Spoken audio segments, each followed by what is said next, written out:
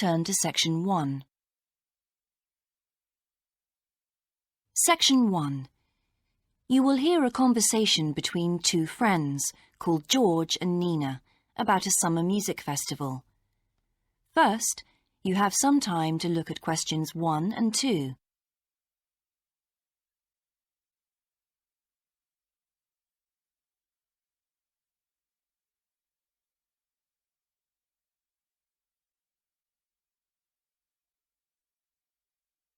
You will see that there is an example that has been done for you. On this occasion only, the conversation relating to this will be played first. Hi, George. Glad you're back. Loads of people have phoned you. Really? I felt just like your secretary. Sorry. I went into the library this afternoon to have a look at a newspaper and I came across something really interesting. What? A book? No, a brochure from a summer festival, mainly Spanish music.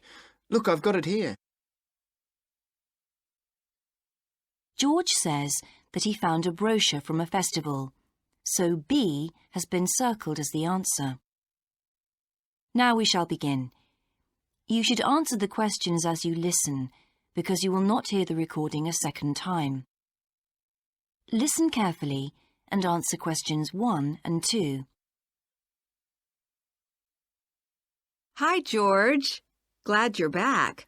Loads of people have phoned you. Really? I felt just like your secretary. Sorry. I went into the library this afternoon to have a look at a newspaper and I came across something really interesting. What? A book? No, a brochure from a summer festival, mainly Spanish music. Look, I've got it here. Spanish music? I really love the guitar. Let's have a look. So what's this group, Guittarini? They're really good. They had a video with all the highlights of the festival at a stand in the lobby to the library, so I heard them. They play fantastic instruments, drums and flutes and old kinds of guitars. I've never heard anything like it before. Sounds great. Okay, shall we go then? Spoil ourselves? Yes, let's. The only problem is there aren't any cheap seats. It's all one price. Well, in that case, we could sit right at the front. We'd have a really good view. Yeah, though I think that if you sit at the back, you can actually hear the whole thing better. Yes. Anyway, we can decide when we get there. Before you hear the rest of the conversation, you have some time to look at questions 3 to 10.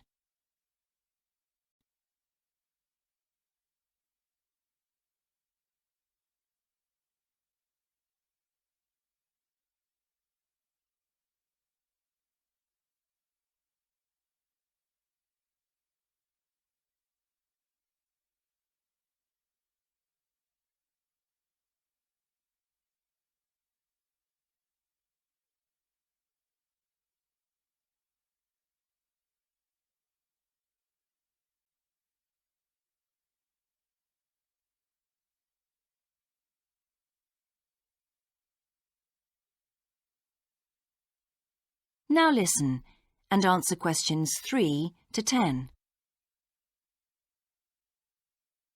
So will you fill in the form, or shall I? I'll do it. Name, George O'Neill.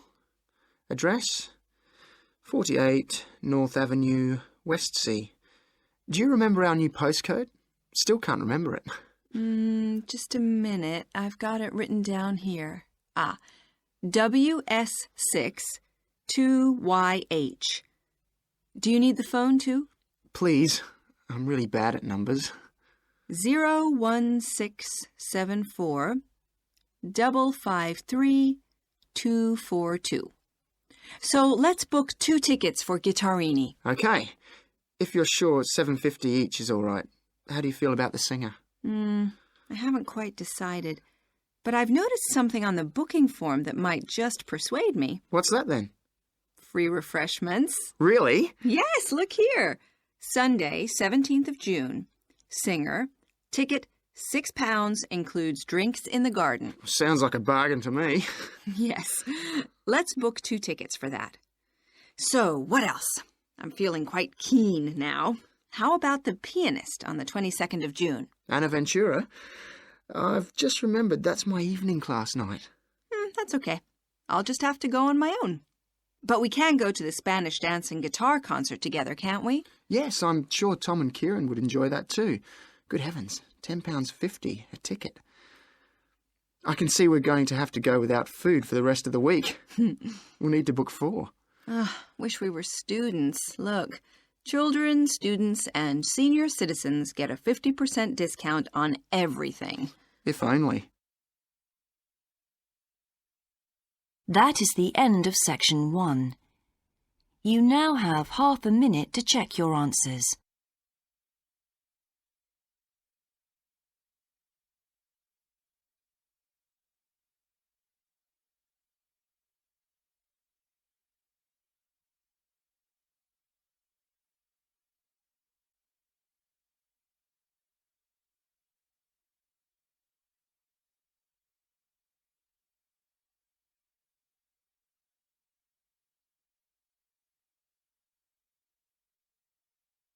Now turn to Section 2. Section 2. You will hear the education officer of a dinosaur museum giving information to some teachers who are planning a school visit. First, you have some time to look at questions 11 to 15.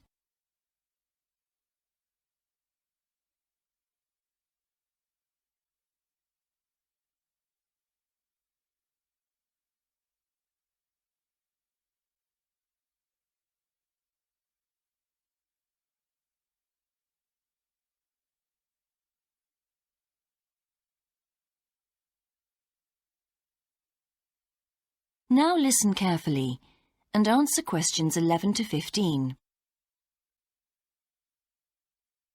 Hello, and thank you for asking me to your teachers' meeting to talk about the Dinosaur Museum and to tell you a bit about what you can do with your students there.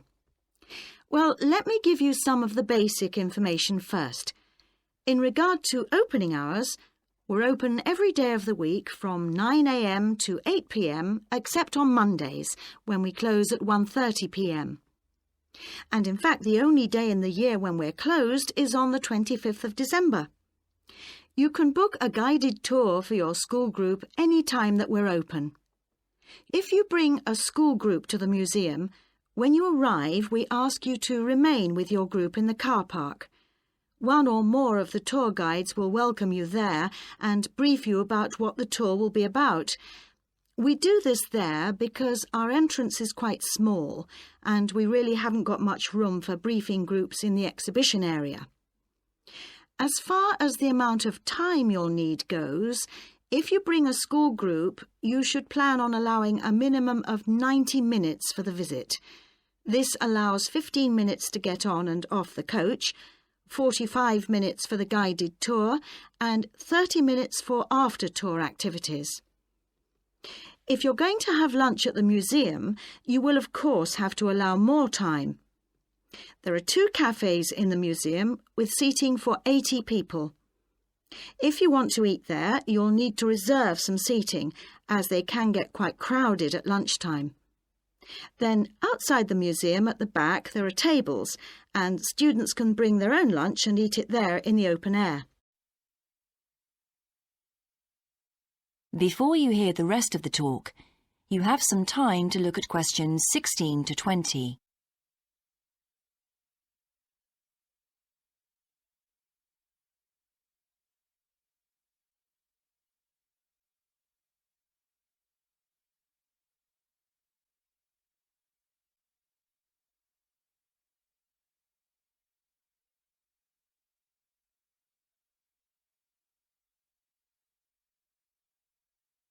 Now listen and answer questions 16 to 20.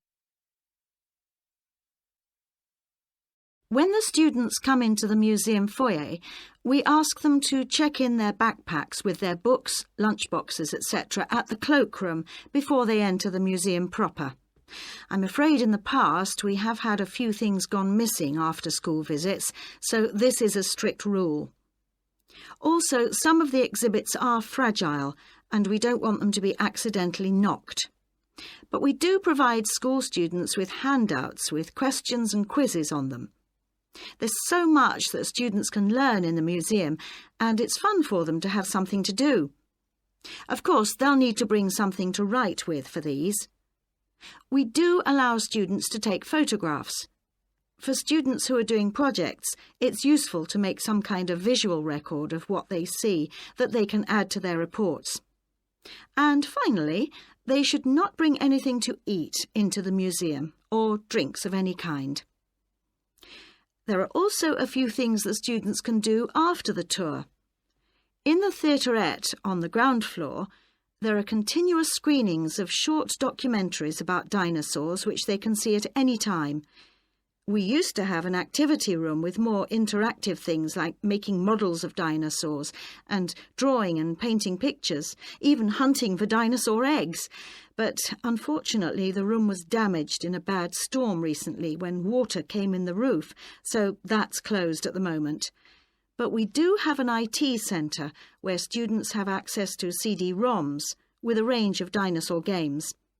These games are a lot of fun, but they also teach the students about the lives of dinosaurs, how they found food, protected their habitat, survived threats, that kind of thing. And I think that's all I have to tell you. Please feel free to ask any questions if you would like to know anything else about. That is the end of section 2.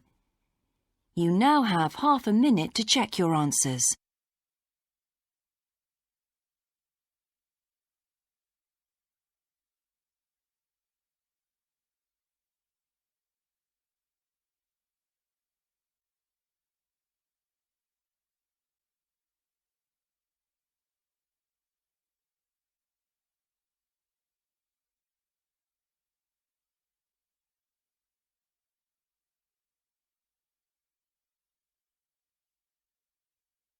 Now turn to section 3. Section 3. You will hear a student called Sandra talking to her tutor about a draft proposal she has written for a competition. First, you have some time to look at questions 21 to 24.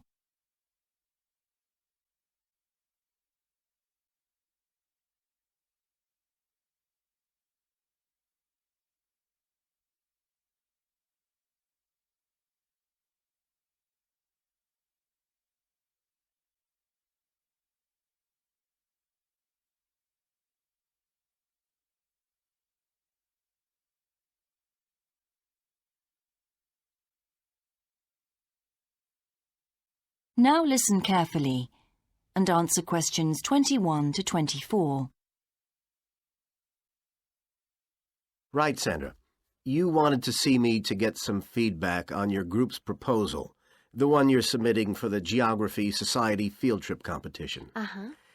I've had a look through your proposal, and I think it's a really good choice. Oh. In fact, I only have a few things to say about it, but even in an outline document like this, you really have to be careful to avoid typos and problems with layout in the proposal, and even in the contents page. So read it through carefully before submitting it, okay? Will do. And I've made a few notes on the proposal about things which could have been better sequenced. Okay. As for the writing itself, I've annotated the proposal as and where I thought it could be improved. Generally speaking, I feel you've often used complex structures and long sentences for the sake of it, and as a consequence, although your paragraphing and inclusion of subheadings help, it's quite hard to follow your train of thought at times. Oh, So cut them down a bit, can you? really? Yes, and don't forget simple formatting like numbering. Didn't I use page numbers? I didn't mean that. Look, you've remembered to include headers and footers, which is good, but listing ideas clearly is important. Number them or use bullet points, which is even clearer. Then you'll focus the reader on your main points. I thought your suggestion to go to the Navajo Tribal Park was a very good idea. No, I've always wanted to go there. My father was a great fan of cowboy films and the Wild West, so I was subjected to seeing all the epics, many of which were shot there. As a consequence, it feels very familiar to me, and it's awesome, both geographically and visually.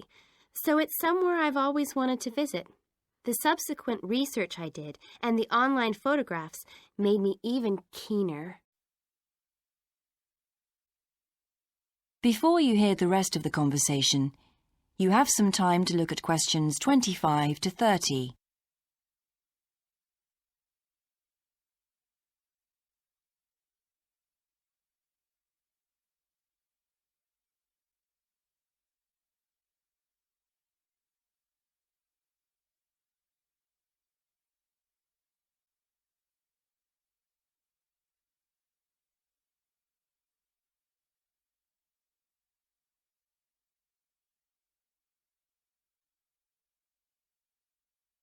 Now listen and answer questions 25 to 30.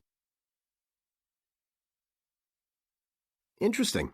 Right, let's look at the content of your proposal now. Did you find it comprehensive enough? Well, yes and no. You've listed several different topics on your contents page, but I'm not sure they're all relevant. No? Well, I thought that from the perspective of a field trip, one thing I needed to focus on was the sandstone plateau and cliffs themselves. The way they tower up from the flat landscape is just amazing. The fact that the surrounding softer rocks were eroded by wind and rain, leaving these huge outcrops high above the plain. It's hardly surprising that tourists flock to see the area. Well, yes, I'd agree with including those points. And then the fact that it's been home to Native American Navajos and all the social history that goes with that. The hardships they endured trying to save their territory from the invading settlers.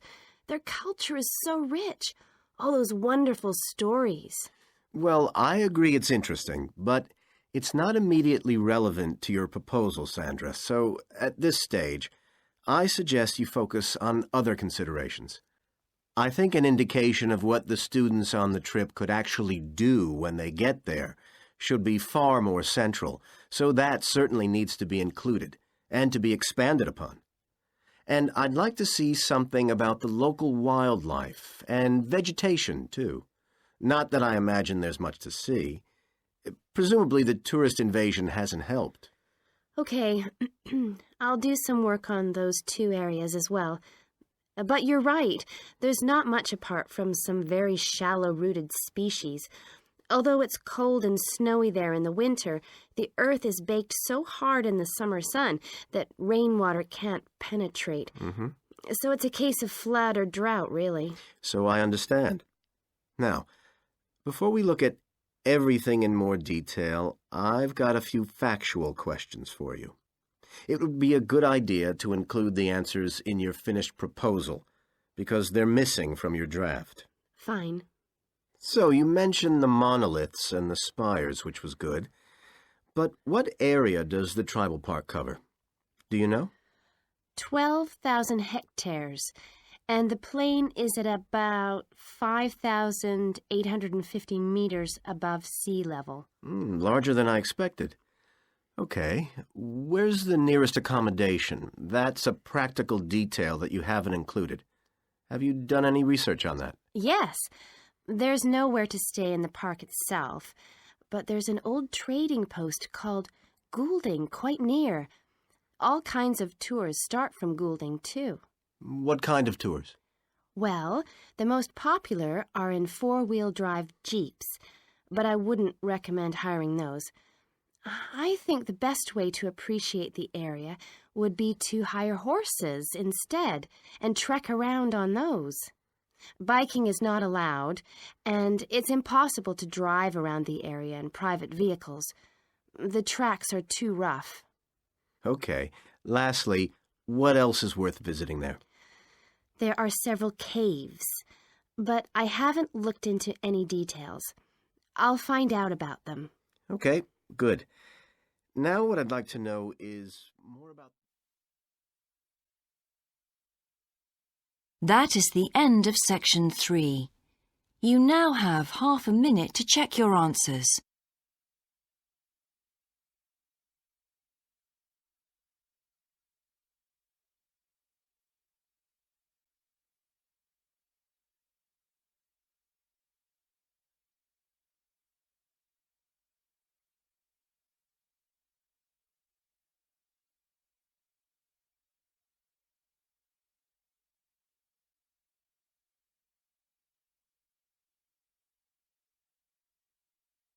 Now turn to section 4. Section 4. You will hear a lecturer's introduction to a geography module. First, you have some time to look at questions 31 to 40.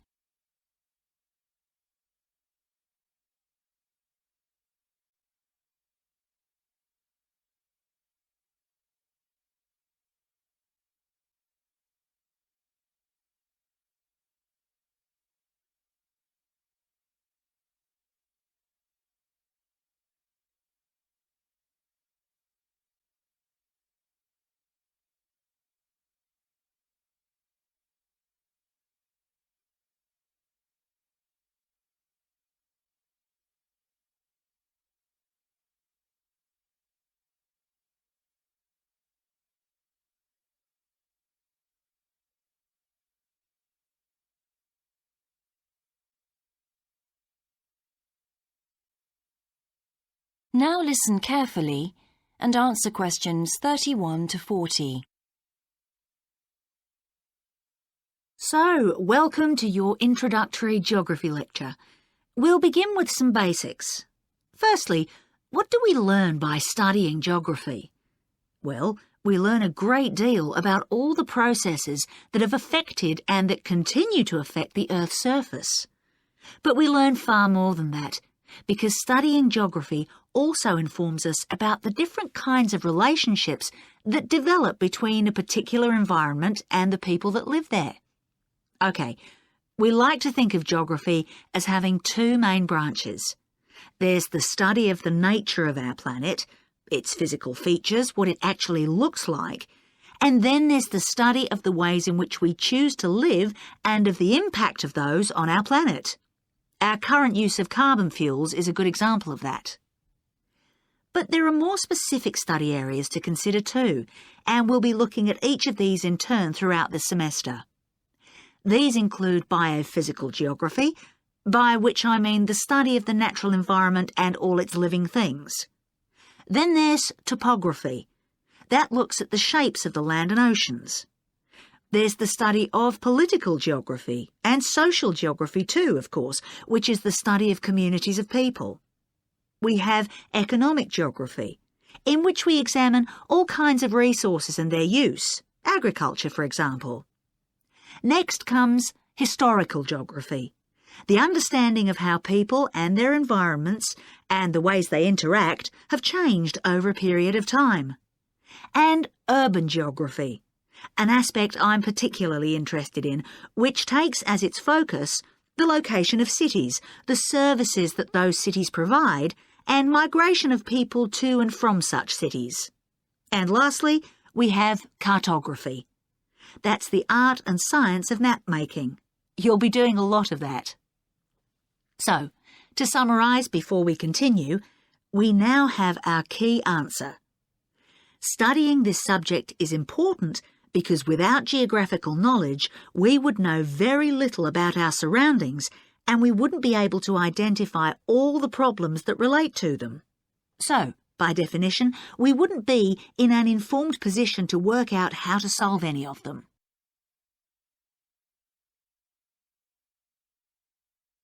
OK, now for some practicalities. What do geographers actually do? Well, we collect data to begin with.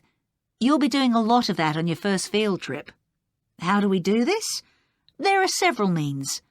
We might, for example, conduct a census, count a population in a given area perhaps. We also need images of the Earth's surface which we can produce by means of computer generation technology or with the help of satellite relays.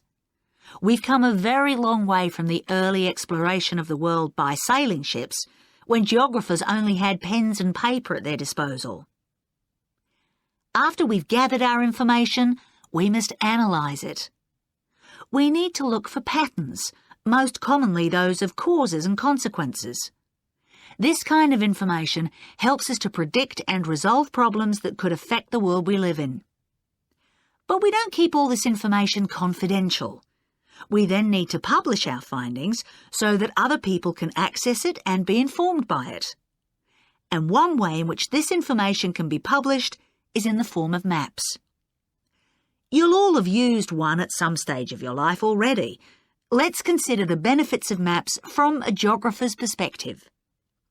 Maps can be folded and put in a pocket and can provide a great store of reference when they're collected into an atlas. They can depict the physical features of the entire planet if necessary, or just a small part of it in much greater detail. But there is a drawback. You can't exactly replicate something that is three-dimensional, like our planet, on a flat piece of paper, because paper has only 2 dimensions. And that means there'll always be a certain degree of distortion on a map. It can't be avoided. We can also use aerial photographs, pictures taken by cameras at high altitude above the Earth.